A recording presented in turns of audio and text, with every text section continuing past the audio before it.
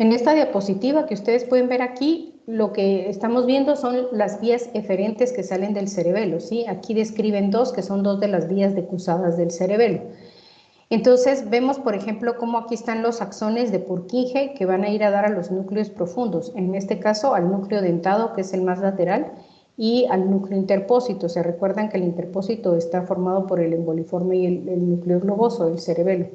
Entonces, del núcleo dentado van a salir aferencias que van a salir por el pedúnculo cerebelar superior, se van a cruzar y van a ir al tálamo, a los núcleos ventral lateral y ventral anterior, ¿verdad? Estos son los dos núcleos asociados al sistema motor, el tálamo. Y del tálamo se van hacia la corteza cerebral.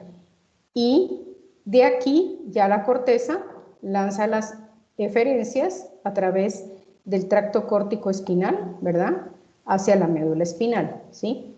Entonces, si ustedes se fijan, antes de enviar la información hacia la médula espinal, la corteza cerebral va a mandar primero aferencias al cerebelo.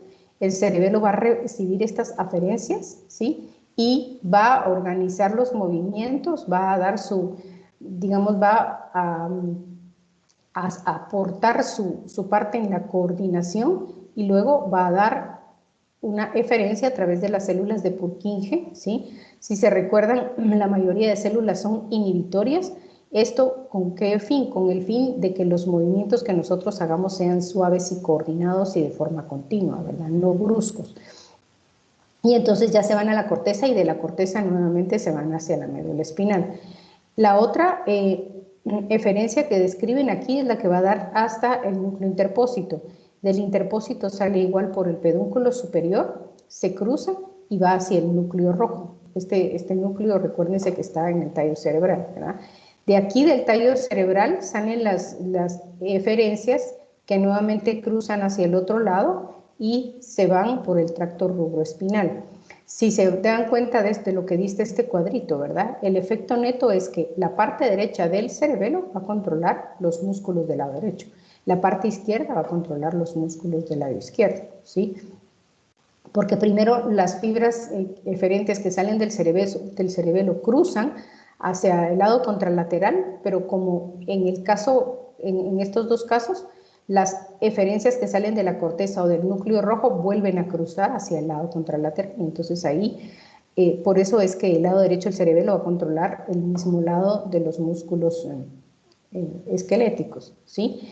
Y en esta tablita, por eso es que me gusta mucho ese documento de Kaplan, ¿verdad? Porque hay un montón de tablitas en donde nos hacen un resumen y es mucho más fácil estudiar las vías, ¿verdad? El vestíbulo cerebelo, como se recuerdan, este estaba controlado por el lóbulo flóculo nodular, o sea, todo lo de equilibrio, todas las vías vestibulares van a dar ahí. Este se va a proyectar al núcleo fastigial. Este núcleo fastigial, a su vez, va a regresar la información al núcleo vestibular y lo importante que tienen que saber es esto, ¿verdad?, que provoca cambios de posición en ojos, tronco, en respuesta a movimientos de la cabeza.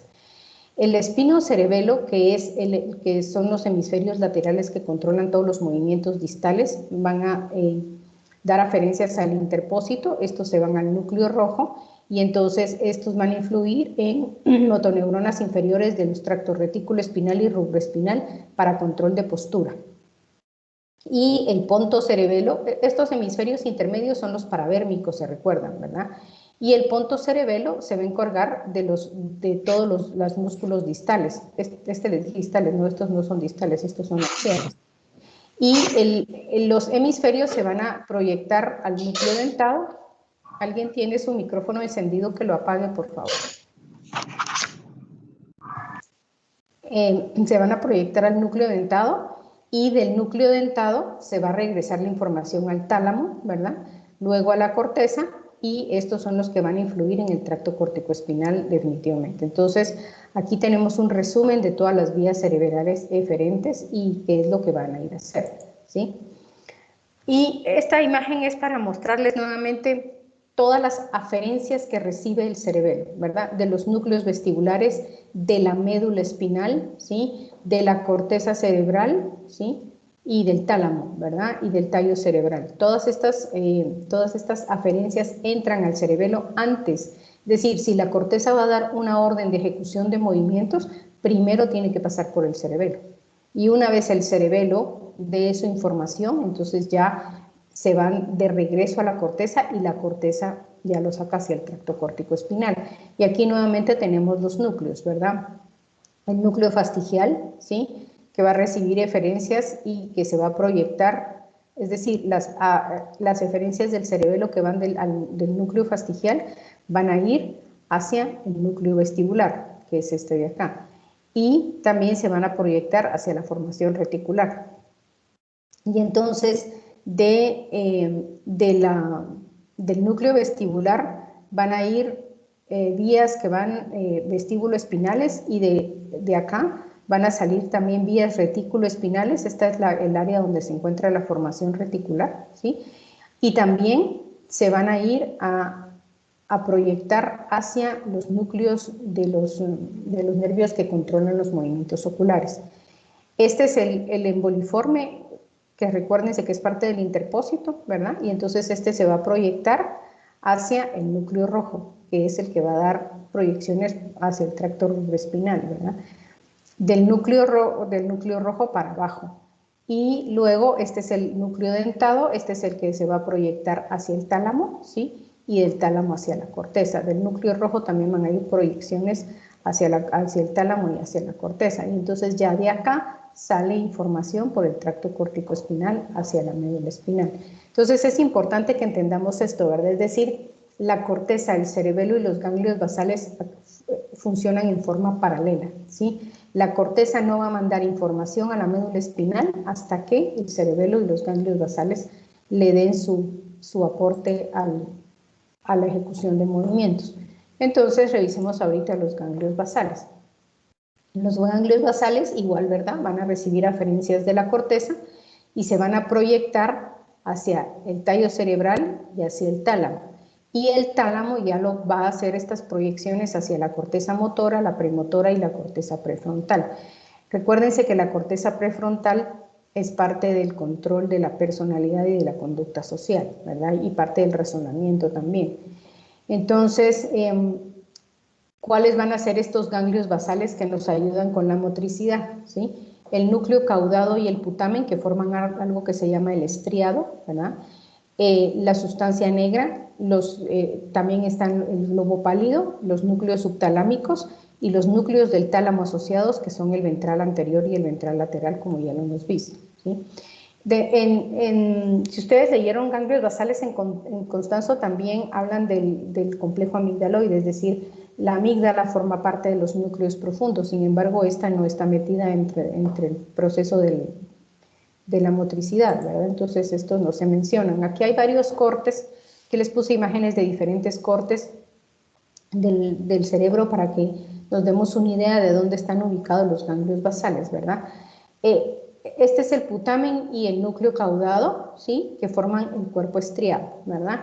Esto es lo que más se menciona. El globo pálido y el putamen se menciona como núcleo lenticular, ¿verdad? Pero lo más frecuente es, o lo que más se hace es meter el caudado y el putamen para formar el cuerpo estriado, que este sería el caudado y este sería el putamen, o sea, entre estos dos forman el estriado, ¿sí? Entre estos dos hay una separación de algo que se llama la cápsula interna. En esta cápsula interna es donde pasan las vías corticoespinales cuando salen de la corteza cerebral, ¿sí? Entonces, antes de que la corteza cerebral mande a través del tracto corticoespinal hacia la médula espinal, va a mandar aferencias hasta estos dos lugares, ¿verdad? Hacia el estriado, ¿sí? Que son el caudado y el putamen. Luego aquí tenemos el globo pálido, ¿verdad? El segmento externo y el segmento interno. Aquí tenemos la sustancia negra, y estos son los núcleos subtalámicos asociados, ¿verdad? Y obviamente del tálamo son el ventral lateral y el ventral anterior. Aquí tenemos otro corte, ¿verdad? Este es un plano axial, en donde aquí podemos ver el cuerpo calloso, aquí podemos ver el caudado y el putamen, ¿verdad? El estriado, el globo pálido, ¿sí? Y aquí podemos ver el tálamo. Y en esta otra, no, y aquí ya no hay otra. Pensé que había otra. Bueno. Ok, entonces estas son las funciones que tienen los ganglios basales, ¿verdad? Son patrones mucho más complejos de movimientos voluntarios que tienen que ver con destreza manual, con precisión, con escritura y vocalización, ¿sí? También tiene que ver con funciones oculomotoras y como proyecta hacia la corteza prefrontal con funciones cognitivas y emocionales, ¿sí? Va a tener influencia sobre el sistema piramidal, es decir, sobre el tracto corticoespinal y corticovulvar en cuanto a alteraciones en el movimiento, ¿sí? Es decir, si nosotros tenemos algún daño en los ganglios basales, vamos a tener alteraciones del movimiento, y en las vías extrapiramidales van a afectar la postura y el tono de músculos proximales. ¿Sí? ¿Qué enfermedades pueden producir los ganglios basales? Van a producir temblor y movimientos involuntarios, cambios en la postura y en el tono muscular. Pueden haber movimientos pobres y lentos, ¿verdad? Sin que el paciente tenga parálisis, sí puede tener rigidez y espasticidad en algunos momentos, pero no va a haber parálisis. Y otra cosa importante es que da trastornos cognitivos, ¿verdad? Y neuropsiquiátricos conductuales, ¿sí? Es decir, aspectos de personalidad. Ok, ahora, ¿cómo controlan los ganglios basales el sistema motor? Aquí hay dos vías, ¿verdad? Una que se llama la vía directa, que su acción general es aumentar la motricidad, y la otra es la vía indirecta, cuya actividad es reducir la función motora, ¿sí?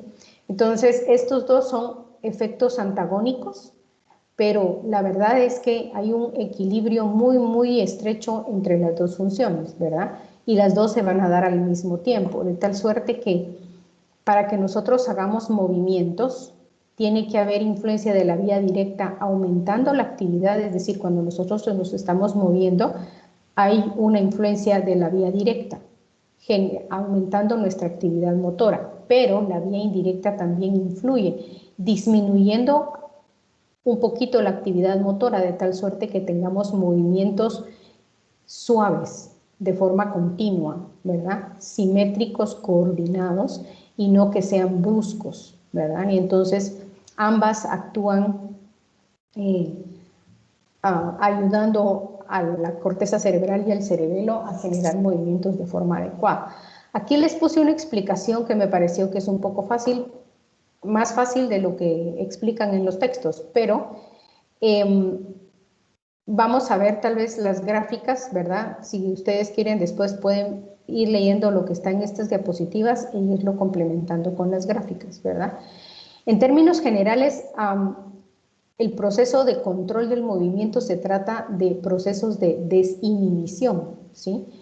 Y a eso, digamos, al ir desinhibiendo algunas conexiones, es que la vía directa va a aumentar la actividad motora y la vía indirecta va a reducir la actividad motora, ¿sí? Entonces, yo les puse, ustedes van a encontrar un montón de gráficas. Hay una gráfica en los documentos de Kaplan, hay otra gráfica en el libro de Constanzo, hay una más complicada todavía en Bernie Levy, pero al final a mí me pareció que tal vez aquí está un poco más entendible, ¿sí? Entonces aquí tenemos la vía directa, ¿sí? Si regresamos a esta diapositiva, habla que sin movimiento, cuando no nos estamos moviendo, el estriado tiene poca actividad basal, obviamente, ¿verdad? Porque el estriado, pues no nos estamos moviendo, y entonces el cuerpo estriado tiene poca actividad basal. Ahora, la actividad basal es inhibitoria, ¿sí? La mayor parte de estos circuitos son inhibitorios. Y entonces el globo pálido lo que hace es inhibir los núcleos subtalámicos, porque como esta tiene poca actividad, esta está actuando, el globo pálido está actuando más y está inhibiendo los núcleos talámicos, ¿sí? Cuando empezamos a movernos, la corteza va a producir una estimulación, ¿sí? Una excitación hacia el estriado, y entonces el estriado va a aumentar su actividad y va a inhibir al globo pálido, ¿sí? Y entonces cuando el globo pálido se inhibe, se desinhiben los núcleos subtalámicos, ¿sí? Los núcleos talámicos, y entonces esto aumenta la actividad. Entonces lo podemos ver en esta gráfica, ¿verdad? La corteza estimula al estriado, ¿sí? Y entonces viene el estriado y el estriado va a inhibir al globo pálido. Cuando no nos estamos moviendo, este está toda la vida inhibiendo al tálamo, pero como este está ahorita inhibido por el estriado, entonces el tálamo se desinhibe y entonces esto aumenta la actividad motora, ¿sí? ¿Ok? Ahora, ¿qué pasa con la vía indirecta? perdón, la vía indirecta, su efecto general, como dice aquí, es reducir la actividad motora. Las neuronas del globo pálido son inhibidas por el estriado, globo pálido segmento externo, ¿sí? Normalmente el globo pálido inhibe a las neuronas de los núcleos subtalámicos, o sea, el globo pálido externo está inhibiendo también a los núcleos subtalámicos. Por lo tanto, cuando el globo pálido externo es inhibido por el estriado, ¿sí?, las neuronas de los núcleos subtalámicos se desinhiben, ¿sí? Entonces, al desinhibirse el núcleo subtalámico, este estimula o excita al globo pálido interno. ¿Qué hace el globo pálido interno? Inhibe los núcleos talámicos. Y entonces esto disminuye la actividad de la corteza, ¿sí? Entonces lo vemos aquí, ¿sí? La corteza va a estimular al estriado, el estriado va a inhibir al globo pálido externo, y entonces el globo pálido externo ya no está inhibiendo los núcleos subtalámicos, sino que los desinhibe, ¿sí? Se desinhiben los núcleos subtalámicos, entonces estos van a estimular al globo pálido interno. ¿Qué hace el globo pálido interno? Va a inhibir a los núcleos del tálamo, y entonces esto reduce la actividad motora, ¿sí? Ustedes van a encontrar que, por ejemplo, aquí, esto de acá, el globo pálido interno está muy asociado a la actividad, como lo ven acá, ¿verdad?, de la pars reticulata de la sustancia negra, es decir, la sustancia negra tiene dos segmentos, la pars reticulata y la pars compacta, ¿verdad? El globo pálido interno normalmente está asociado con la pars reticulata de la sustancia negra, y aparte actúa la pars compacta. Y la pars compacta, ¿qué es lo que hace? La pars compacta, a través de liberar dopamina sobre el estriado, ¿verdad?, con diferentes receptores, va a reforzar el efecto de la vía indirecta y va a reforzar el efecto de la vía directa. Es decir, aquí estimula esta vía y aquí inhibe esta vía, y entonces hace que la sustancia negra favorece el aumento de la actividad motora en la vía directa y favorece la disminución de la actividad motora en la vía indirecta, ¿sí? Y entonces, ¿qué es lo que vemos aquí, verdad? Pero aquí yo lo encontré un poco más complicado, por eso les puse estos esquemas, ¿sí? Ok. Y aquí vemos la acción de la sustancia negra, ¿verdad? ¿Por qué es importante la sustancia negra? Porque recuérdense que aquí vamos a ver, sus compañeros van a hacer un video sobre enfermedad de Parkinson, y ustedes van a leer un artículo sobre la enfermedad de Parkinson. Entonces tenemos que saber muy bien para qué sirve la sustancia negra, ¿verdad? Y aquí básicamente lo dice. Sobre la vía directa va a afectar receptores de 1. ¿Sí? Entonces esto es lo que va a reforzar el aumento de la actividad motora. Y sobre la vía indirecta va a actuar sobre receptores de 2, ¿verdad? Entonces va a reforzar el efecto inhibidor del movimiento o disminución del movimiento en la vía indirecta, ¿verdad? O sea que básicamente la sustancia negra lo que hace es modular, ¿verdad? Y va a modular la respuesta del estriado a otros neurotransmisores. Por ejemplo, también hay otros neurotransmisores como encefalina y acetilcolina que pueden afectar la vía directa y la vía indirecta. Entonces, lo que hace la dopamina es básicamente como disminuir o aumentar los efectos de estos otros neurotransmisores, de tal manera que las vías directa e indirecta actúen en total equilibrio, ¿verdad? Disminuyendo un poquito y aumentando un poquito, dependiendo de la actividad que estemos haciendo, de tal manera que nuestros movimientos no sean bruscos, ¿sí? Básicamente es eso, ¿verdad? Es un papel modulador, es un papel facilitador de la actividad en áreas motoras. Obviamente, cuando no nos estamos moviendo, vamos a tener más inhibición, ¿verdad? Y cuando nos estamos moviendo, vamos a tener excitación. ¿Qué tipo de movimientos estemos haciendo? Eso va a determinar cuál de los dos actúa más, ¿sí? Si estamos haciendo movimientos intensos, pues obviamente se va a excitar más la vía directa, que si estamos haciendo movimientos pequeños, entonces va a actuar más la vía indirecta. Pero como les digo, lo que pasa aquí es que tiene que haber un equilibrio, ¿verdad? Tiene que haber un equilibrio muy, muy delicado entre la acción de una y la acción de la otra. Una pérdida del equilibrio en estas funciones ¿verdad? Es lo que nos va a dar los trastornos de los ganglios basales, ¿sí? Que son estos manifestaciones que vemos en este esquema, ¿sí? Aquí nos va a dar rigidez en rueda dentada, ¿verdad? Esto quiere decir que vamos a tener el tono muscular aumentado, ¿sí? Las pacientes van a estar rígidos, van a estar espásticos, les va a costar moverse, ¿sí? Y cuando se mueven, se van a mover, ustedes han visto, por supuesto que ese baile era del tiempo de cuando yo era joven, ¿verdad? Pero esos que todavía se salen por ahí, esos bailarines de breakdance, ¿sí? Yo creo que ahora se pusieron algo de moda otra vez con el señor Lobo Vázquez. Pues el punto es que así, ¿verdad? Van a ir haciendo el movimiento como por pasos, ¿verdad? Van a tener lentitud al iniciar movimientos, eso se llama bradicinesia.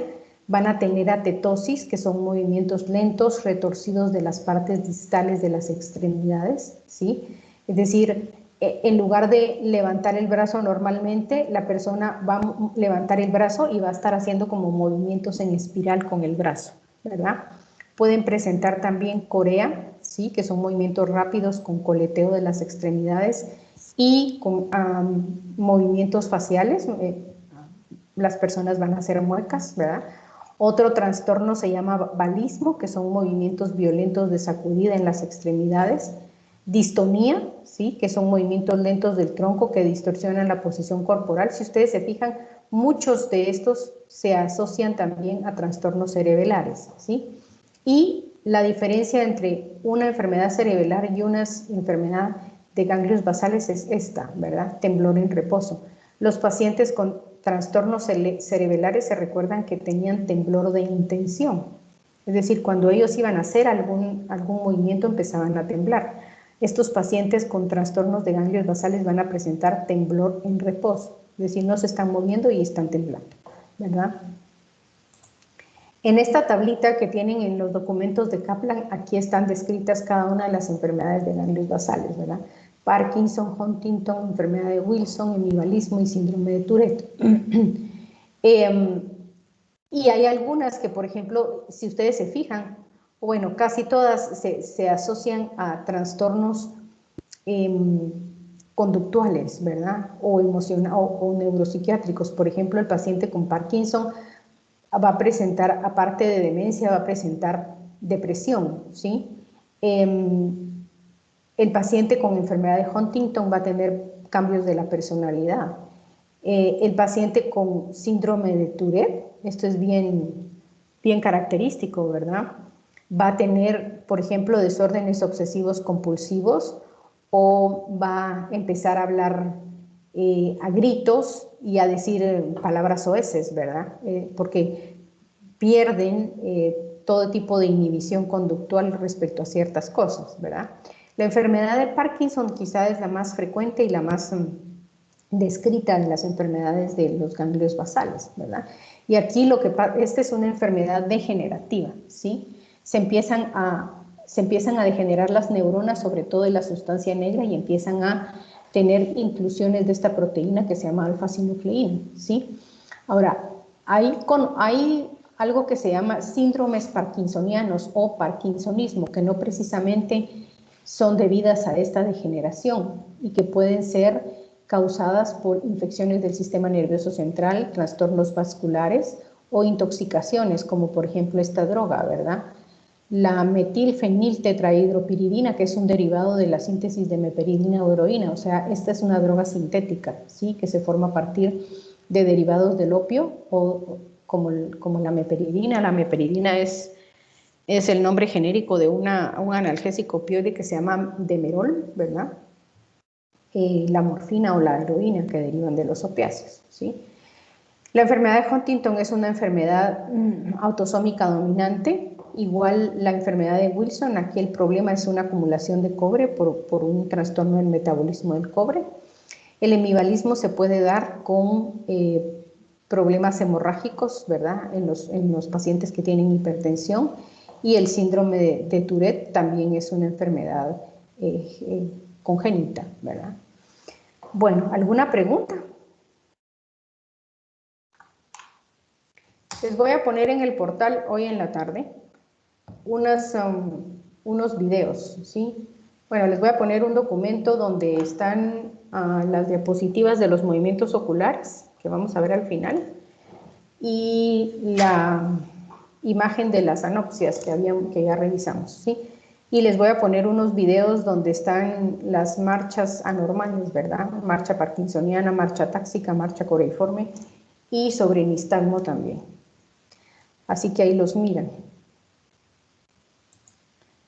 Bueno, vamos a hablar de la corteza motora en este momento. Aquí podemos ver la corteza motora está en el lóbulo frontal, en la parte, digamos, posterior del lóbulo frontal, pegadita al surco central, es decir, va a estar pegadita no al surco central, sino que se recuerdan que esta es la corteza sensorial primaria, ¿verdad?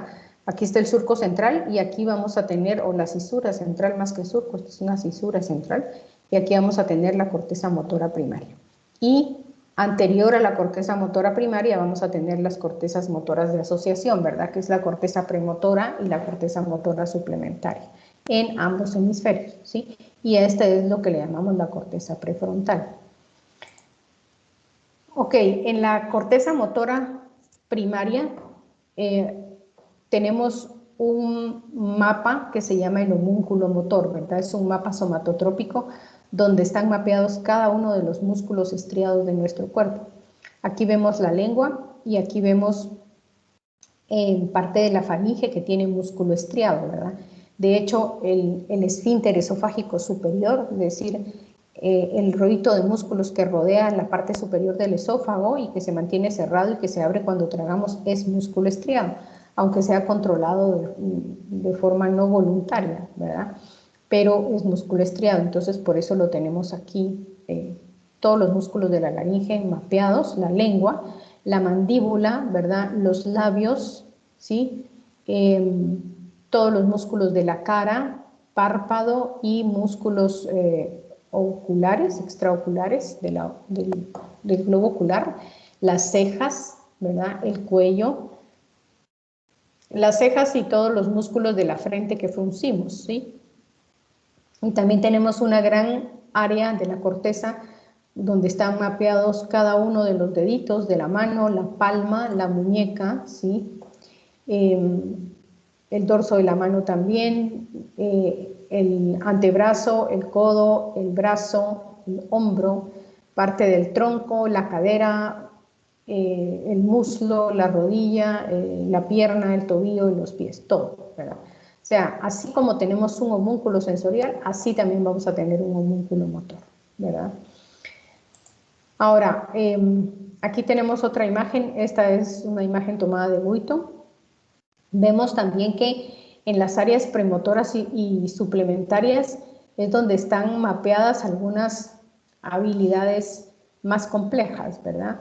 Como habilidades manuales, movimientos de rotación de la cabeza, movimientos oculares contralaterales y el área de Broca, ¿verdad? Es decir, el área motora del lenguaje.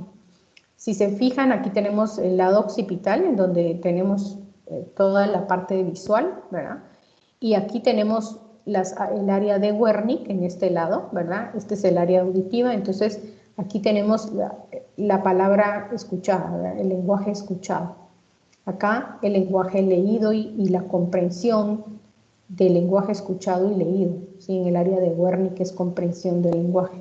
Entonces, esta parte de Wernicke se tiene que comunicar acá, ¿verdad? Eso lo vamos a ver ya en la otra semana, ¿sí? Para que logremos nosotros contestar a las conversaciones, poder leer en voz alta también, ¿verdad? Y poder tener un lenguaje coordinado y coherente.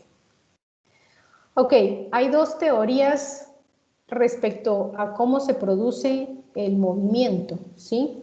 Esta es tal vez la más mencionada, ¿verdad? Hay otra más reciente que dice que todas las áreas de la corteza están involucradas en todos los pasos para la planeación y ejecución de los movimientos, ¿verdad? Sin embargo, como les digo, esta es la que ha sido más mencionada. El objetivo del movimiento se va a identificar en la corteza motora primaria, es decir, voy a escribir, ¿verdad? Quiero escribir, aquí se va a identificar el objetivo del movimiento. Entonces la corteza motora primaria le manda toda la información de qué músculos vamos a mover, de qué mano, cómo tenemos que agarrar el lápiz, el tipo de contracción de músculos que tenemos que hacer, con qué fuerza vamos a escribir, etcétera, ¿verdad? Esta información va a ser transmitida a las áreas motoras, ¿verdad? Suplementaria y premotora, que son las que se van a encargar de elaborar un plan motor, ¿sí?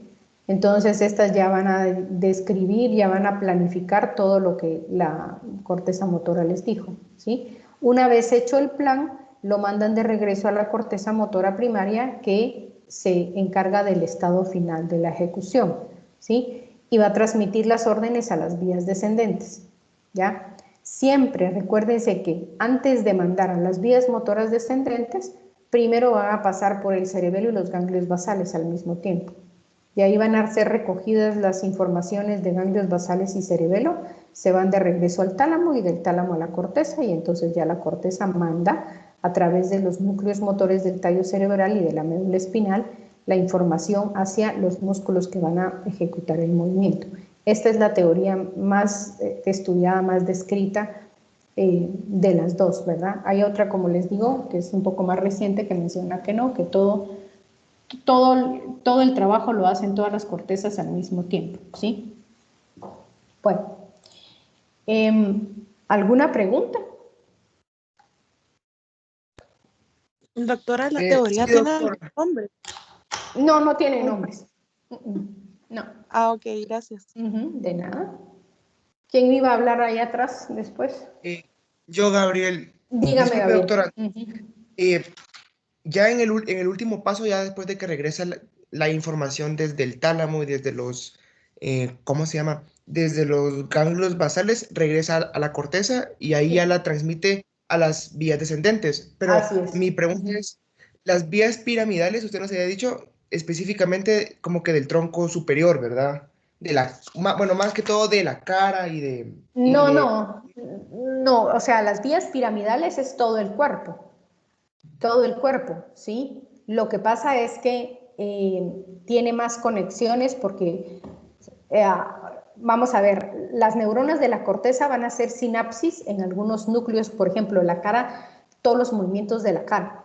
La corteza cerebral va a hacer sinapsis, ¿verdad? En los núcleos motores de los nervios craneales que controlan los movimientos de la cara.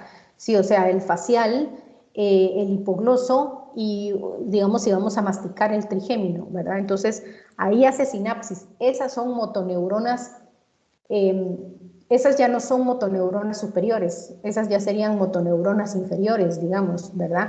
Porque ya son las ejecutoras de lo que vamos a hacer, ¿verdad? Si yo voy a comer y voy a masticar, entonces la corteza, las neuronas de la corteza, que son motoneuronas superiores, van a enviar toda la información, ¿verdad? Después de hacer todos los pasos que ya dijimos, hacia los núcleos de los nervios craneales que controlan la masticación, ¿sí? Pero esas neuronas motoras de esos núcleos craneales ya son neuronas, motoneuronas inferiores, digamos, ¿verdad? Entre comillas, aunque estén en el tallo cerebral. ¿Por qué? Porque ya son las que se van a encargar de ejecutar el movimiento, ¿sí? ¿Ya? Y lo mismo pasa con los brazos, ¿sí? Se van a ir hacia los núcleos, hacia las neuronas motoras de la parte de las regiones donde está el cuerno ventral de C5 a T1, creo que era, donde están controlados los movimientos del miembro superior. Y si vamos a caminar hasta las neuronas de la parte lumbar, donde están controladas las motoneuronas que inervan los músculos inferiores. Entonces, el tracto corticoespinal va a controlar todo eso, ¿me entienden? Todos los músculos ejecutores, ¿sí?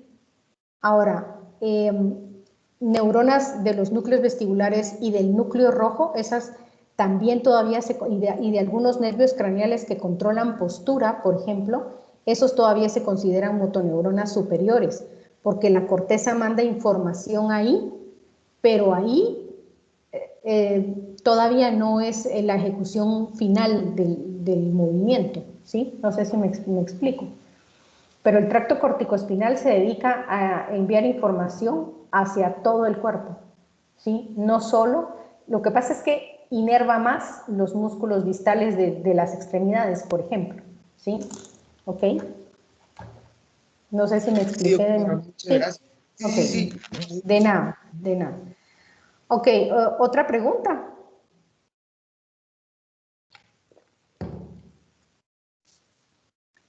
Sí, digamos, los tractos extrapiramidales, como les digo, se encargan más de cosas eh, menos, menos conscientes, tal vez no tanto como que no voluntarias, ¿verdad? Sino menos conscientes como reflejos y postura, ¿verdad? En cambio, todo lo que es ejecución de movimientos voluntarios como hablar, masticar, eh, qué sé yo, hacer gestos con la cara, movimiento de extremidades con algún objetivo preciso, pues eso ya es parte del tracto corticoespinal, ¿sí? Otra pregunta.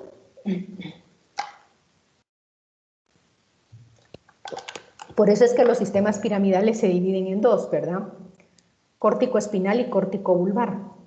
El córtico espinal es el que se encarga de llevar la información hacia la médula espinal y el córtico vulvar es el que va a hacer sinapsis en motoneuronas inferiores de los núcleos craneales que controlan movimientos voluntarios de la cara y el cuello, ¿sí? Bueno, vamos a revisar los movimientos oculares. El fin de que les haya puesto que les vaya a poner estas diapositivas, ahí es para que lo estudien de ahí, ¿verdad? Estas diapositivas fueron tomadas de Bernie Levy. Ahora, lo que pasa es que eso es un proceso largo, la lectura es muy larga y muy compleja en Bernie Levy, entonces yo prefiero que ustedes vean este resumen y lo estudien en estas diapositivas. Entonces eso lo van a tener hoy en la tarde ahí subido al portal para que lo estudien, ¿sí? Ok, los movimientos oculares son movimientos especiales porque en primer lugar vamos a tener un circuito para cada movimiento. Dependiendo del movimiento ocular que nosotros hagamos, este circuito va a ser complejo o va a ser simple, ¿verdad? Una de las cosas importantes de los músculos oculares es que no generan carga, es decir, no se les pone peso.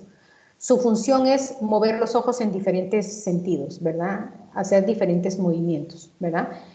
El fin principal es mantener el ojo estable, es decir, hacer que nosotros podamos mover los ojos de tal forma de mantener fija una imagen en la fobia.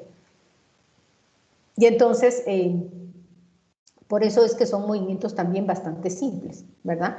Luego, otra cosa importante es que son unidades motoras pequeñas. Vamos a tener una relación de nervio-músculo de 1 a 10, es decir, una neurona motora para 10 fibras musculares. Entonces, el control motor es bien preciso, ¿verdad? Además de ser rápido, ¿sí? Luego, la frecuencia de disparos, es decir, la velocidad a la que se muevan los ojos va a depender, y obviamente que se contraigan los músculos va a depender de la posición y velocidad del movimiento, ¿sí? Es decir, si nosotros lo que estamos haciendo es ver a una persona que va caminando y le vamos siguiendo los pasos a esa persona, o si estamos viendo una carrera de carros, ¿verdad? Entonces los movimientos de los ojos van a ser a diferente velocidad. Eso implica que los músculos se van a contraer a diferente velocidad y las frecuencias de disparo de las neuronas también, ¿verdad? Entonces, por eso es que se requiere de una poca cantidad, o sea, estas son neuronas motoras bien pequeñitas. ¿Por qué? Porque se requiere un control preciso y que la velocidad va a variar, ¿verdad? Puede ser muy lenta o puede ser muy rápida, ¿sí? Vamos a tener 3 pares de músculos agonistas, antagonistas para cada ojo, ¿sí? Para el movimiento horizontal vamos a tener los rectos medial y lateral. Para los movimientos verticales vamos a tener el recto superior y el recto inferior.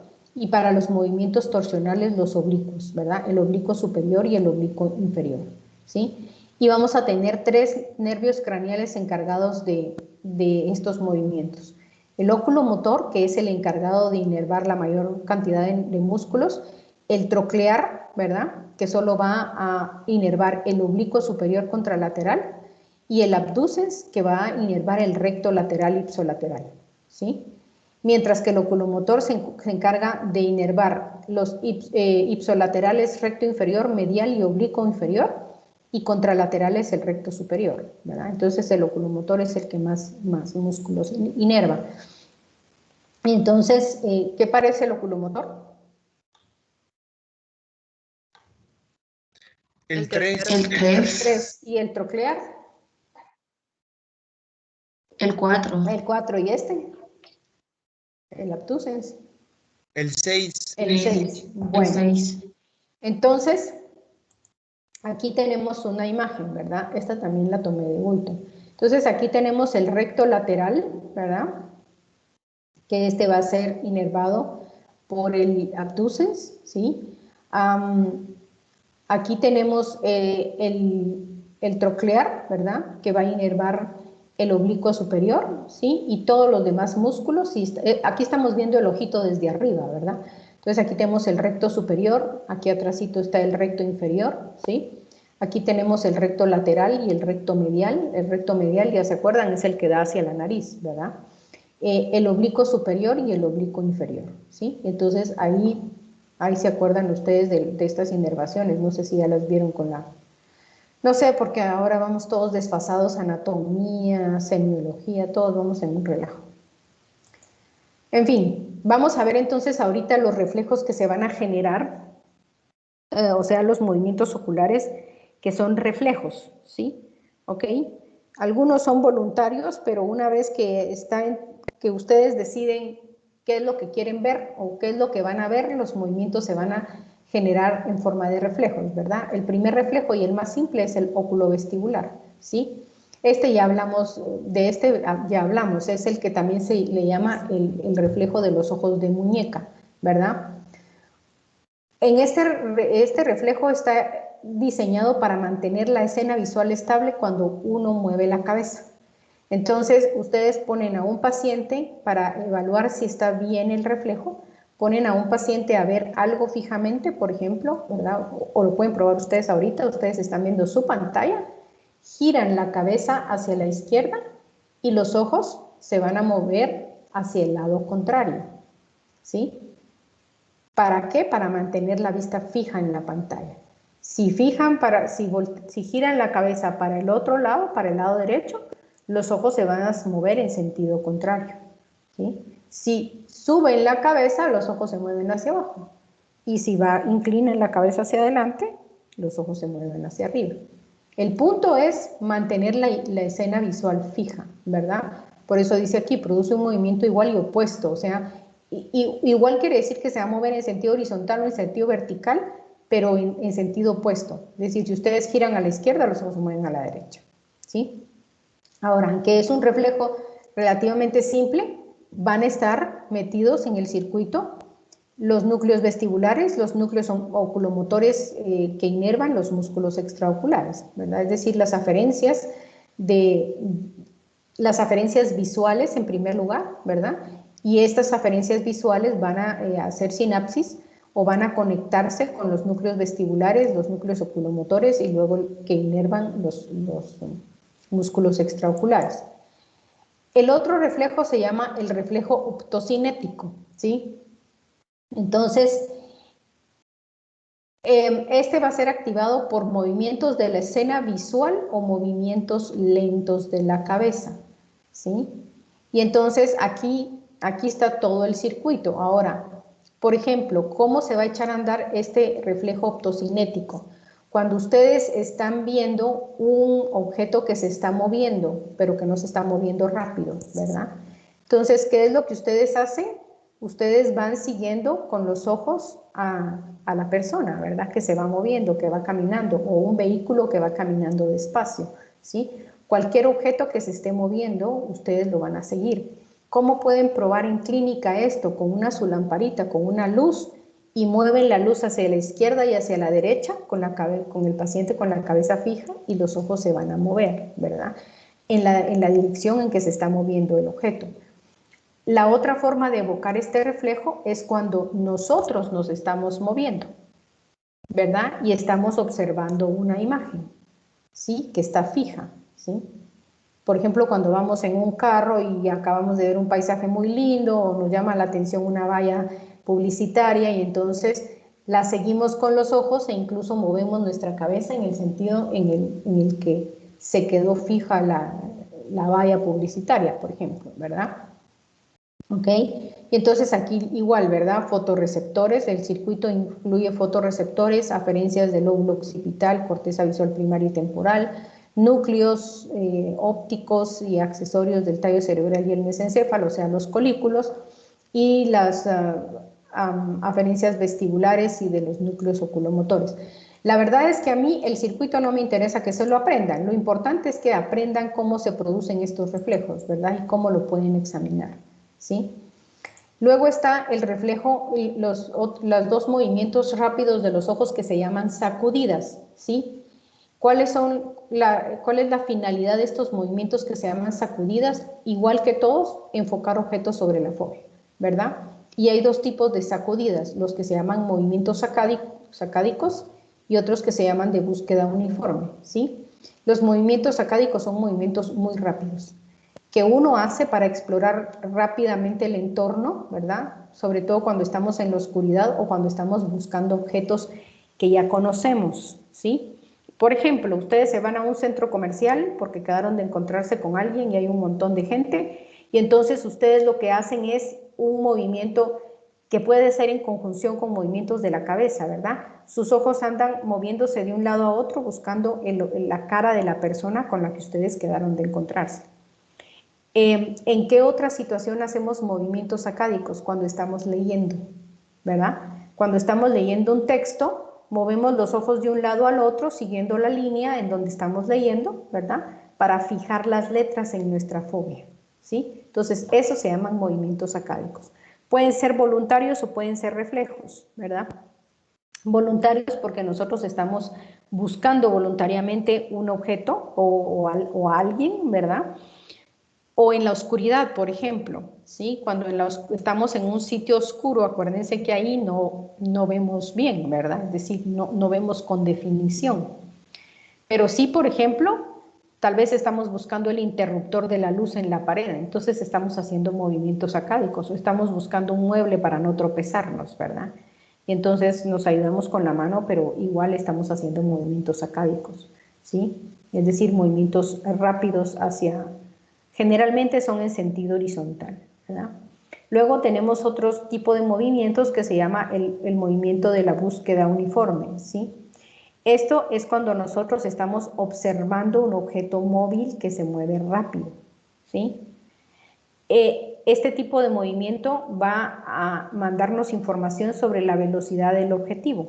Entonces, por ejemplo, cuando ustedes andan buscando una mosca o le andan siguiendo el vuelo a una mosca, ¿sí? Ahí están haciendo movimientos de búsqueda uniforme. Sí, ¿y por qué se llaman sacudidas? Porque literalmente es como que el ojo se sacudiera hacia un lado y hacia el otro, ¿verdad?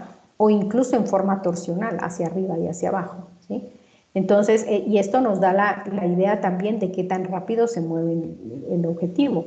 ¿Dónde podemos hacer una visualización de búsqueda uniforme? Cuando estamos viendo aviones que van bien rápido, ¿verdad? A cierta distancia, a una distancia lejana. Entonces, todo eso, o sea, si se fijan, el proceso de búsqueda uniforme también es objetos en movimiento, igual que el reflejo optocinético, solo que el reflejo optocinético es para objetos más grandes y que no se mueven tan rápido, mientras que búsqueda uniforme es para objetos pequeños que se están moviendo rápido. ¿Sí? ¿Ok? ¿Preguntas?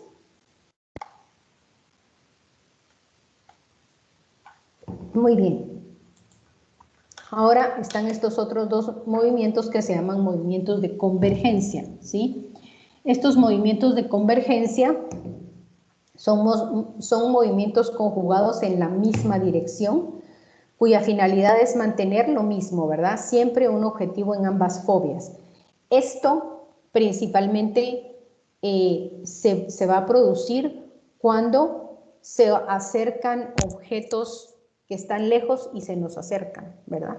Para lograr mantener el objeto en la fobia, nuestros ojos, ¿verdad? Si lo hacemos con un dedo o lo podemos hacer con una persona, ¿verdad?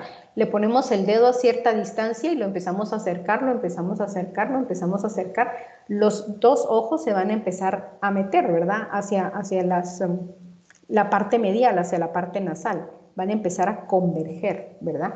¿Para qué sirven estos? Para ir acomodando el cristalino y para ir acomodando la imagen y de tal forma que deje de estar borrosa y que se vuelva doble, ¿verdad? Diplopía significa visión doble. Entonces, para evitar la visión doble vamos convergiendo. Si no convergiéramos la mirada, empezamos a ver borroso los objetos que se acercan y empezamos a verlos doble, ¿verdad? Cuando un objeto está muy cerca, obviamente ya no podemos meter más los ojos hasta adentro, ¿verdad? Y entonces por eso es que vemos los objetos borrosos, ¿sí? Aunque el ojo trate de moverse, ¿verdad? En sentido divergente, pues es muy poco factible que acomodemos bien la mirada. Ahora, estos movimientos de divergencia, y lo mismo pasa cuando ustedes tienen un objeto cercano, los dos ojos están convergiendo hacia la parte interna, ¿sí? Cuando se empieza a alejar el objeto, los ojos empiezan a diverger, o sea, se empiezan a mover hacia el lado temporal, ¿verdad? Para poder enfocar bien. Estos movimientos de convergencia se van a hacer al mismo tiempo que la acomodación del cristalino, es decir, el cristalino se va a empezar, cuando acercamos se va a empezar a poner planito y cuando alejamos se empieza a poner convexo, ¿verdad? Para poder acomodar la imagen dentro de la fobia. Y la pupila también se va a constreñir o a dilatar. Cuando acercamos objetos se constriñe, cuando dilatamos, cuando alejamos se dilata, ¿verdad? Esto con el fin de poder enfocar adecuadamente la imagen, ¿verdad? En realidad aquí los circuitos no se conocen muy bien, ¿verdad? Pero van a participar áreas corticales, campos oculares del lóbulo frontal, el cerebelo, neuronas del tallo que rodean a los núcleos oculomotores, ¿sí? Bueno, luego tenemos este otro movimiento ocular que se llama nistagmo. El nistagmo puede aparecer de forma normal, ¿verdad? ¿Sí? Y estos son movimientos alternantes rítmicos, ¿verdad? Que pueden ser rápidos, que pueden ser lentos y que se dan en sentido opuesto, es decir, el ojo se va a mover en sentido horizontal hacia la izquierda y hacia la derecha, hacia la izquierda y hacia la derecha, ¿verdad? Y van a ser provocados por estímulos largos que produzcan reflejo optocinético y reflejo ¿qué es? Oculovestibular. Ahora, por ejemplo, cuando hemos estado dando vueltas y vueltas y vueltas y vueltas y vueltas y de repente nos detiene, ¿sí? Cuando hemos estado girando y de repente nos detiene y ustedes observan los ojos de la persona va a tener nistagmo, ¿verdad? El nistagmo tiene una fase que se llama fase rápida y otra fase lenta. Una fase rápida, generalmente la fase rápida se va hacia el lado opuesto. Bueno, normalmente se va hacia el lado que hemos estado girando, ¿sí? Cuando uno ha estado dando vueltas. Ahora, también puede aparecer como resultado de circuitos de anormalidades vestibulares. Por ejemplo, en las personas que tienen vértigo, ¿verdad? Entonces, cuando las personas tienen vértigo, el nistagmo también, la persona va a tener nistagmo.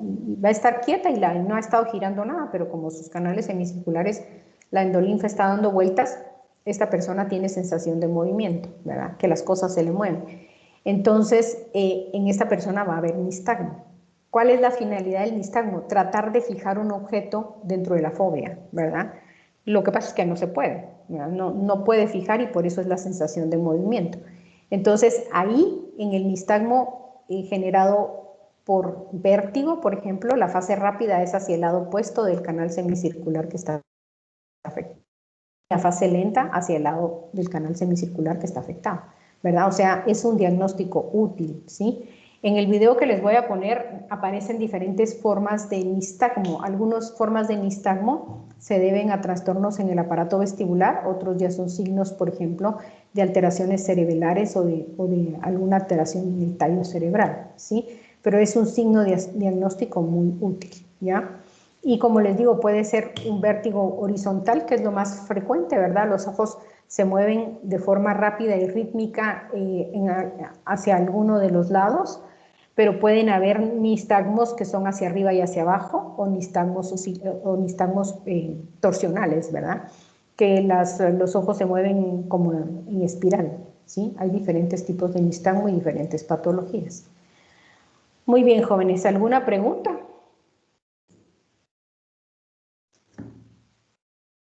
Sí, doctora. Dígame. Dale tú, Kenneth. Después.